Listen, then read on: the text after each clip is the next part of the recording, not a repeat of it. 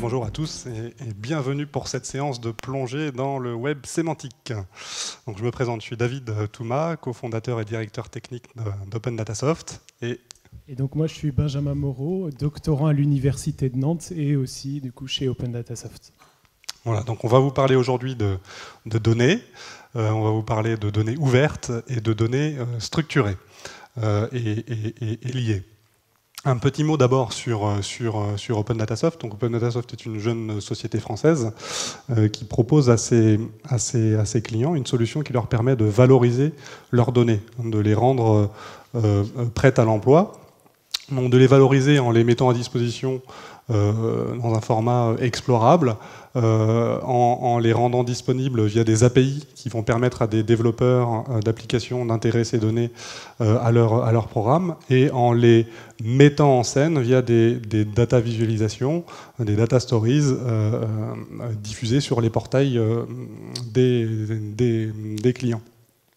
Donc on opère dans un certain nombre de secteurs d'activité, donc le secteur public d'abord avec notre solution de portail Open Data, mais également dans le secteur privé où on va aider nos clients à mieux partager leurs données en interne et à valoriser leurs données auprès de leurs partenaires, de leurs clients, en leur proposant des services innovants construits à partir des données publiées. Voilà en quelques exemples de ce à quoi ça ressemble. Donc un portail Open Data et puis des tableaux de bord dynamiques qui pour certains peuvent se nourrir de données en temps réel, construits sur la base des données publiées dans un catalogue Open Data. Quelques mots sur le LS2N. Le LS2N, c'est le laboratoire des sciences du numérique de Nantes, qui œuvre dans un certain nombre de domaines du numérique, donc par exemple la robotique, le traitement du signal, le web sémantique. Et avec Open Datasoft, on collabore avec le LS2N depuis quelques années, et notamment en ce moment, autour de sujets liés au web des données, avec la thèse effectuée par Benjamin. Donc avant de rentrer dans le vif du sujet, je vais introduire un peu le contexte en donnant quelques définitions. Petit test à l'Assemblée. Qui parmi vous a déjà entendu parler d'Open Data? Si vous voulez bien lever la main. Voilà, on est pas mal. Qui a entendu parler de Linked Data, de données liées? Voilà, un peu moins, mais quand même quelques-uns. TPF, est-ce que ça parle à quelqu'un dans la salle? Non. Ah, si, une personne. Bon, c'est un peu de travail, Benjamin, mais c'est bien, c'est l'objectif. Alors, dans la suite, on va beaucoup utiliser évidemment le terme données. Donc, quand on parle de données ici, on parle de données structurées, à savoir une information qui permet de qualifier un fait, un événement, de manière précise, documentée. Donc une donnée structurée, c'est quelque chose qu'on va pouvoir ranger dans un fichier CSV, dans un fichier Excel, dans une base de données. Et on oppose généralement la donnée structurée à du contenu non structuré qu'on va retrouver dans un document PDF, dans un document Word, donc du texte brut, non découpé, non structuré. Les données liées, qu'est-ce que c'est? Alors, on parle beaucoup de données liées, de web sémantique, de web des données. Donc tous ces concepts décrivent en fait un web où les données structurées publiées se référencent mutuellement. Donc, imaginez, par exemple, publier un fichier qui liste l'ensemble des fromages français, par exemple, avec procédé de fabrication décrit via une chaîne de caractères, un texte. Le principe du link data, c'est d'introduire dans ce jeu de données un lien qui va permettre à une machine automatiquement de récupérer une information à partir d'un identifiant donc associé au processus de fabrication. Donc j'ai mon jeu de données sur la liste des fromages, un autre jeu de données qui décrit l'ensemble des possibilités de conception, le fait de lier ces deux jeux de données à partir d'une information commune, un identifiant, un vocabulaire commun, c'est ça. Enfin, faire de la donnée liée, c'est ça. Donc la notion de données liées a été théorisée par Tim Berners-Lee, qui est l'inventeur du web, il y a quelques années, en quatre grands principes. Donc le premier qui consiste à utiliser des identifiants uniques pour référencer des objets, pour référencer à la fois des fichiers de données, mais également des données unitaires contenues dans ces fichiers. Deuxième principe qui consiste à utiliser des URL HTTP en lieu et place des identifiants, ce qui permet finalement à tout un chacun, alors les ordinateurs évidemment, mais les humains aussi, depuis leur navigateur web, de récupérer très simplement une description de l'objet référencé. Ces descriptions, qui dans le troisième principe, sont pour lesquelles il est conseillé de fournir des formats ouverts, des formats standardisés, donc les formats du web sémantique, RDF XML, Turtle, JSON LD, donc on verra des exemples de tout ça tout à l'heure. Et puis enfin, vraiment le concept de liaison, donc de faire en sorte que dans une description de jeu de données, on référence d'autres jeux de données via leurs identifiants propres.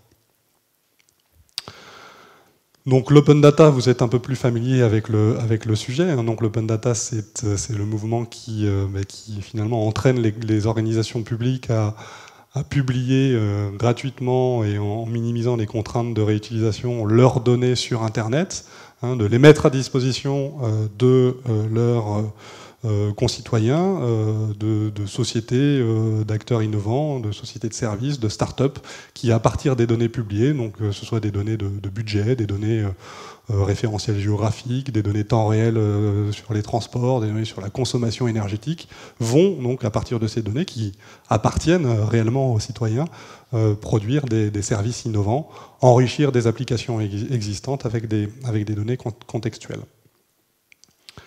Donc quand on mélange open data et link data, qu'est-ce que ça donne? Ça donne les 5 étoiles de l'open data. Donc là encore un concept finalement qui permet de qualifier un portail de données ouvertes à partir d'éléments très, très factuels. Donc pour décrire tout ça rapidement, le premier niveau, le niveau de 0 de l'open data, c'est le fait de proposer depuis un site web en téléchargement des données dans des formats pas forcément ouverts et pas forcément structurés. Le deuxième niveau, c'est la même chose, sauf que là, on va essayer de diffuser des données structurées, donc dans des formats comme Excel, des exports de bases de données, etc. Le troisième niveau, c'est données structurées et des formats ouverts, donc des formats ouverts, à savoir des formats qui sont librement exploitables, pour lesquels on n'a pas besoin d'acheter un logiciel pour les lire. Donc des formats comme le format CSV, comme le format JSON, comme des fichiers XML. Le quatrième niveau, c'est en lieu et en place des formats que j'ai cités avant, utiliser des formats standardisés du web sémantique qui permettent de décrire extrêmement précisément le contenu des données. Et puis enfin, les 5 étoiles de l'open data, c'est du coup un portail open data sur lequel tous les jeux de données seraient décrits au moyen des fonctionnalités proposées par le web sémantique. Donc des données liées, donnant la possibilité à un ordinateur, à un programme, de naviguer en comprenant des concepts communément connus au travers de vocabulaire partagé. Alors à quoi ça sert tout ça? Donc il y a un certain nombre de réalisations aujourd'hui bien connues qui exploitent les technologies du web sémantique. Alors je prends comme exemple un site français, le site de la Bibliothèque nationale de France, qui est a entièrement été construit sur la base de techno du web sémantique il y a quelques années déjà, et ce qui permet finalement alors non seulement de proposer un site avec une expérience de navigation extrêmement précise, extrêmement structurée, mais également des API qui vont permettre à des programmes tiers de se connecter à cette base en naviguant par concept et en extrayant des données relatives à un concept donné de manière extrêmement simple finalement. Le fait de bien ranger les données rend tout ça possible. Le projet de DBpedia, qui est également bien connu, donc il y a un projet connexe au projet Wikipédia. Pour rappel, DBpedia, c'est la base de données de contenu Wikipédia, mais cette fois mise sous une forme sémantique. Donc de la même manière, accessible avec les outils du web sémantique, on verra ça dans quelques secondes, et permettant donc à des programmes, à des machines, d'exploiter les données contenues dans la base pour enrichir des programmes, des applications, pour enrichir des jeux de données, ajouter une connaissance à un jeu de données existant. Et puis une autre catégorie de cas d'utilisation que j'aime bien citer, dans le domaine de l'Internet des objets, un domaine en plein essor aujourd'hui, et on peut dire qu'actuellement, on peut considérer que c'est un peu le bazar, dans la mesure où voilà, vous avez de plus en plus de fabricants d'objets qui produisent des objets avec des capteurs, donc qui mesurent des choses diverses et variées, et finalement peu d'interopérabilité. Et donc les technologies du web sémantique sont de plus en plus considérées pour justement amener un peu d'ordre dans cet univers, permettre une identification plus précise de la nature d'un objet connecté, de ses capacités. Est-ce que cet objet va mesurer une température, dans quelle unité cette température est-elle mesurée, et avancer dans cette notion de description factuelle des objets, de l'Internet des objets, va permettre une interopérabilité plus forte. Donc il y a pas mal d'industriels qui s'emparent de cette problématique, et également pas mal de projets collaboratifs sur le sujet. Donc je vais maintenant laisser Benjamin entrer dans le vif du sujet. Ok, donc moi je vais expliquer un peu comment les dernières avancées dans le web sémantique, donc je parle d'avancées au niveau de la recherche, permettent maintenant réellement d'interroger le web des données. Donc on l'a vu tout à l'heure, le web des données, c'est un ensemble de données qui sont liées. Alors, elles sont liées parce qu'en fait, elles utilisent des vocabulaires communs, et aussi parce qu'ils représentent des ressources communes. Donc là, j'ai pris comme exemple donc, le Linked Open Data Cloud. Donc c'est un sous-ensemble en fait, du web des données qui est en open data et en qualité 5 étoiles. Donc le rêve du web sémantique, le rêve du web des données, ce serait de pouvoir en fait interroger tout le web des données, donc interroger toutes les sources de données qui sont présentes sur ce web-là. Donc là, j'ai pris un petit exemple simple. Ce serait de demander au web des données toutes les informations qu'il possède sur la ville de Nantes. Donc, pour faire ce genre de requête, on va utiliser ce qu'on appelle le langage de requête Sparkle. Donc Sparkle, pour ceux qui connaissent un peu SQL, ça ressemble beaucoup, et ça va permettre d'interroger un graphe de connaissances. Donc là, on voit une requête Sparkle qui va demander toutes les informations sur la ville de Nantes.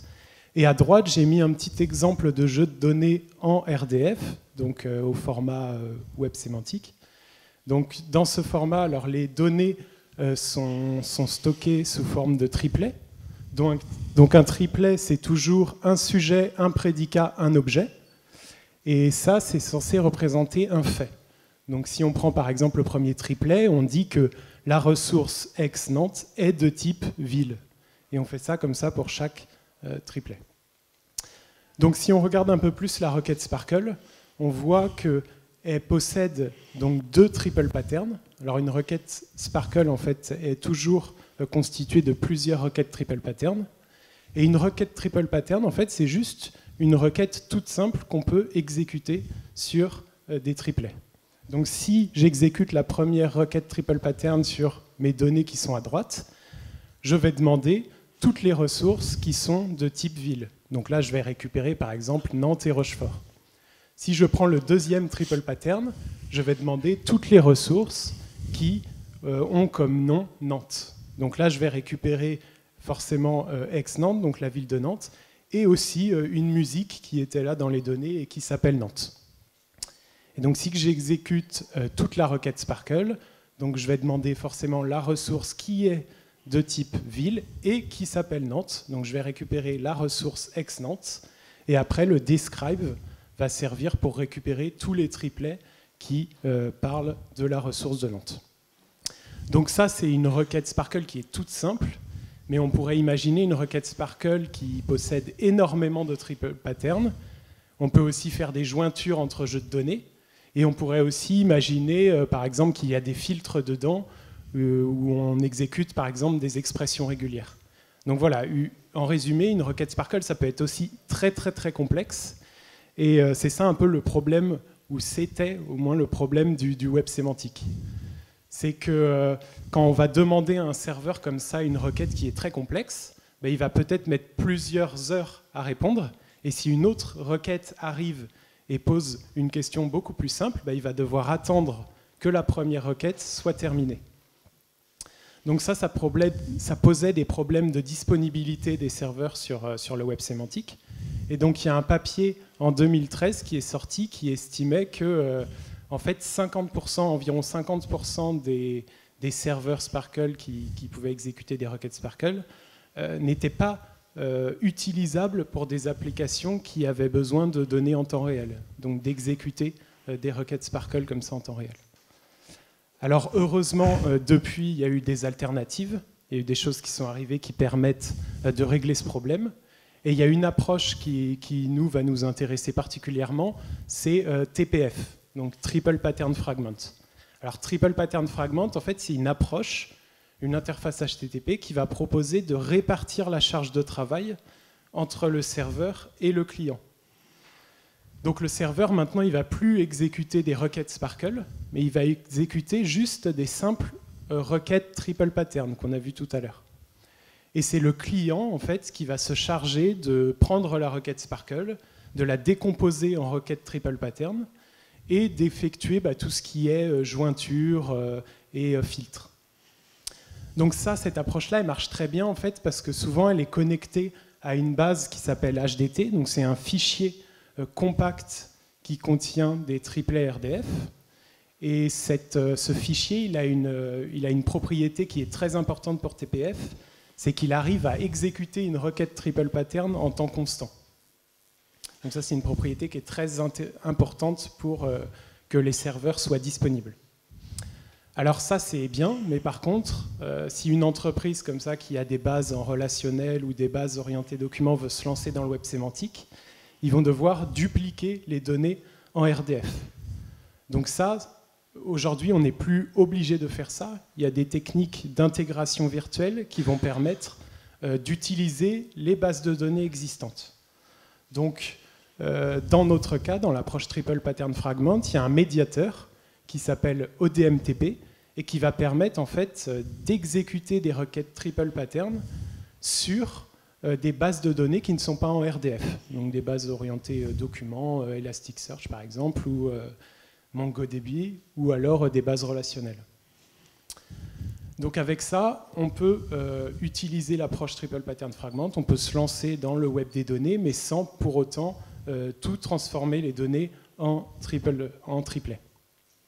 Donc ça utilise aussi bien sûr un fichier de mapping, donc RML, et ce RML là, il va expliquer comment transformer les données non RDF en données RDF, donc non triplet vers triplet. Donc maintenant, je vais expliquer un peu à quoi ça a servi de faire ça chez Open Data Soft et quelles sont les features qu'on a pu développer justement grâce à l'approche Triple Pattern Fragment. Donc déjà, la première chose qu'on a pu faire, c'est proposer des exports au format RDF sur la plateforme. Donc ça, c'est la première chose qu'on a pu faire. Donc des exports sous différents formats de sérialisation. Les triplets, en fait, ils peuvent être représentés sous différents formats, donc XML, JSON, Turtle, NTripl. Et la deuxième chose qu'on a pu proposer aussi, qui était beaucoup plus intéressante, c'est d'exécuter des requêtes Sparkle à l'aide du serveur TPF. Donc là, j'ai mis un petit exemple de requête, c'est justement sur le dataset des fromages français. Donc c'est, voilà, je lui demande de donner tous les fromages qui sont faits à partir de lait de vache. Donc là, il arrive à me les récupérer en allant voir chez OpenDataSoft. Donc ça, c'est intéressant en fait d'exécuter des requêtes Sparkle, mais que si les données sont sémantisées. Donc ça veut dire si les données utilisent des vocabulaires qui sont aussi utilisés dans le web des données.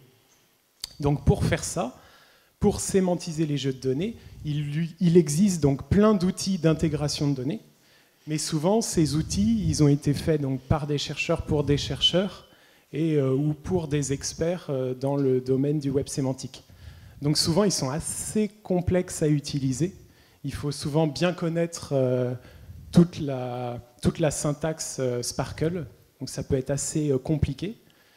Et nous, chez OpenDataSoft, on aimerait bien que les personnes qui connaissent bien leurs données, donc les gens du métier, puissent eux-mêmes sémantiser leurs jeux de données. En plus, ce sont eux donc, qui connaissent leurs données, qui connaissent bien leurs données, donc ça devrait être à eux de les sémantiser. Donc ce qu'on a essayé de faire, c'est un outil simple à utiliser, donc un chatbot. Et ce chatbot, on a pu le développer justement grâce à toutes les ressources que proposait le web des données. Donc on a utilisé déjà DBpedia. Donc DBpedia, on l'a utilisé pour faire de la recherche d'entités nommées. Donc comment ça fonctionne? En fait, c'est assez simple. Le chatbot va aller voir le jeu de données de l'utilisateur. Il va regarder les données qu'il contient. Donc, par exemple, si la donnée contient Barack Obama, il va aller faire une recherche sur DBpedia, il va se rendre compte que Barack Obama est un président, a été un président et aussi est une personne. Donc ça, il va récupérer comme ça en fait toutes les classes du jeu de données. Il va aussi récupérer toutes les propriétés en allant voir les noms de colonnes. Donc par exemple, il va voir qu'une colonne représente l'âge d'une personne, etc. Et ensuite, il va utiliser donc Linked Open Data Vocabulary. Alors, Linked Open Data Vocabulary, en fait, c'est un moteur de recherche pour vocabulaire dans le web des données. Donc, grâce à ça, on peut chercher des vocabulaires pour décrire les données et surtout, on va pouvoir récupérer les vocabulaires les plus utilisés dans le web de données. Plus le vocabulaire est utilisé dans le web de données, plus on va pouvoir faire des requêtes intéressantes avec d'autres jeux de données. Donc une fois que les gens peuvent sémantiser les jeux de données sur la plateforme OpenDataSoft, on va pouvoir commencer à faire des choses intéressantes. Donc là, par exemple, ce qu'on propose maintenant, c'est des filtres par classe et par propriété qui vont permettre d'améliorer l'accès aux jeux de données, donc qui vont pouvoir faciliter la recherche de jeux de données. Donc là, par exemple, grâce au filtre classe, on va pouvoir chercher tous les jeux de données qui contiennent réellement des départements ou réellement des villes.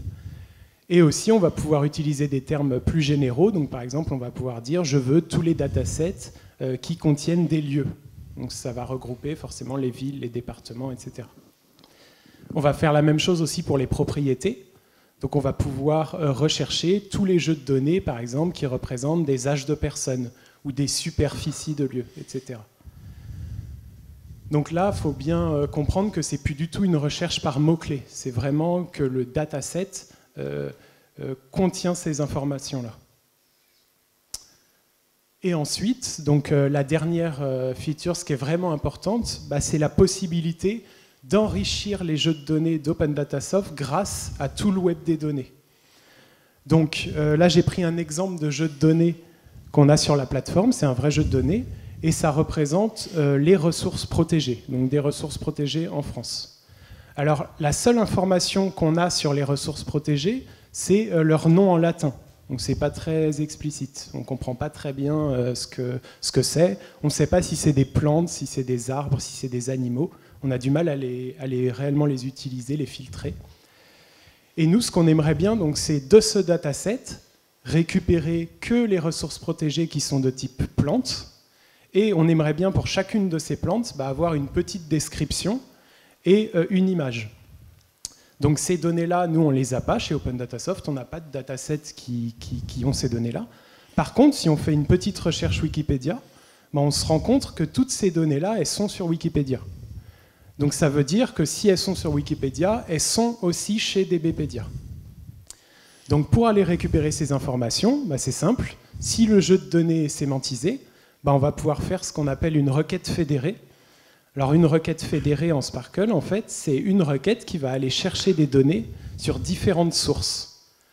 Donc on va pouvoir exécuter notre requête à la fois sur OpenDataSoft et sur DBpedia. Donc ce qu'on va faire, c'est la requête Sparkle, elle va aller chercher tous les noms latins de ressources protégées sur OpenDataSoft, les chercher sur DBpedia, regarder si elles sont de type plante, parce que cette information est chez DBpedia, donc filtrer par type plante, récupérer une petite description et une image. Et là, donc, on a le résultat qui est ici, voilà. Donc on a pour chaque plante une petite description et une URL vers l'image. Donc voilà, avec toutes les technologies comme ça du web sémantique, on peut faire on peut régler ce genre de problème. Donc là, c'est juste un exemple de features qu'on a eu le temps d'implémenter, mais on peut penser à plein d'autres choses. Donc dernièrement, là justement, j'étais à une conférence sur le web sémantique et en ce moment, il y a quelque chose qui est très très très à la mode, c'est tous les systèmes de questions-réponses. Donc on pourrait imaginer par exemple un système où on va sur un jeu de données et on l'interroge en langage naturel. Donc par exemple, quelles sont les plantes de ce dataset, etc. Et cette phrase en fait peut être très facilement traduite en requête Sparkle parce que la syntaxe Sparkle, vu qu'elle représente justement des faits, est très proche d'une question en langage naturel. Donc on peut imaginer aussi d'autres features comme par exemple la génération automatique de visualisation. Donc si on sait que par exemple un dataset contient des âges, des lieux et des années, on peut facilement proposer à l'utilisateur de générer automatiquement une pyramide des âges par exemple. Et enfin, tout simplement, on peut proposer à l'utilisateur des jointures automatiques entre jeux de données qui utilisent les mêmes vocabulaires. Donc si par exemple deux vocabulaires décrivent des départements, on peut proposer une jointure entre les deux qui peut être faite de façon quasiment automatique. Donc voilà, je vais te laisser finir. Merci Benjamin. Oui, donc très rapidement, pour conclure, il y a un peu commencer par le paradoxe du web sémantique. Donc pendant assez longtemps, le web sémantique est resté finalement enfermé dans un cercle d'experts pour deux raisons principales. Les outils permettant de générer la donnée liée, donc d'alimenter le web sémantique, le Linked Open Data Cloud, comme l'expliquait Benjamin, n'était pas vraiment user-friendly, ou en tout cas plutôt compliqué à utiliser, et nécessitait une maîtrise du domaine des concepts. D'une part, et d'autre part, finalement, le manque de données liées n'incitait pas forcément les éditeurs logiciels à intégrer la notion de description sémantique de données, de production de données de qualité dans leurs applications. Donc un problème de poulet d'œuf, pas assez de données, donc pas d'outils, et pas assez d'outils, donc pas assez de données. Et aujourd'hui, on peut, je pense, être relativement optimiste. Alors il y a encore un peu de travail, puisqu'on a vu que tout ça a été encore à l'état de début d'industrialisation, mais à la fois le développement des usages et des besoins, de plus en plus d'objets connectés, de plus en plus d'usages qui ont besoin de s'alimenter à partir de sources de données diverses et variées. Les nouvelles technologies, les nouvelles techniques qui permettent de rendre le web sémantique effectivement utilisable et avec une capacité en termes de traitement à l'échelle, de passage à l'échelle largement améliorée par rapport à ce qui existe aujourd'hui. Et enfin, l'émergence d'outils et de processus de sémantisation beaucoup plus accessibles, beaucoup plus simples. Nous, chez OpenDataSoft, l'un de nos objectifs est de démocratiser, de vulgariser au sens propre du terme la notion de valorisation de données, de partage de la donnée. Et ça nous semblait naturel de creuser ce sujet aussi à l'aune de tout ce qu'on vient de voir sur le web sémantique. Donc, donner la main à nos utilisateurs producteurs de données pour leur permettre de produire une donnée de qualité et sémantisée. Et donc on espère, avec toutes ces avancées-là, pouvoir contribuer de manière significative à l'explosion de données de qualité et sémantisées. Voilà. Merci pour votre attention et on est à votre disposition pour toute question.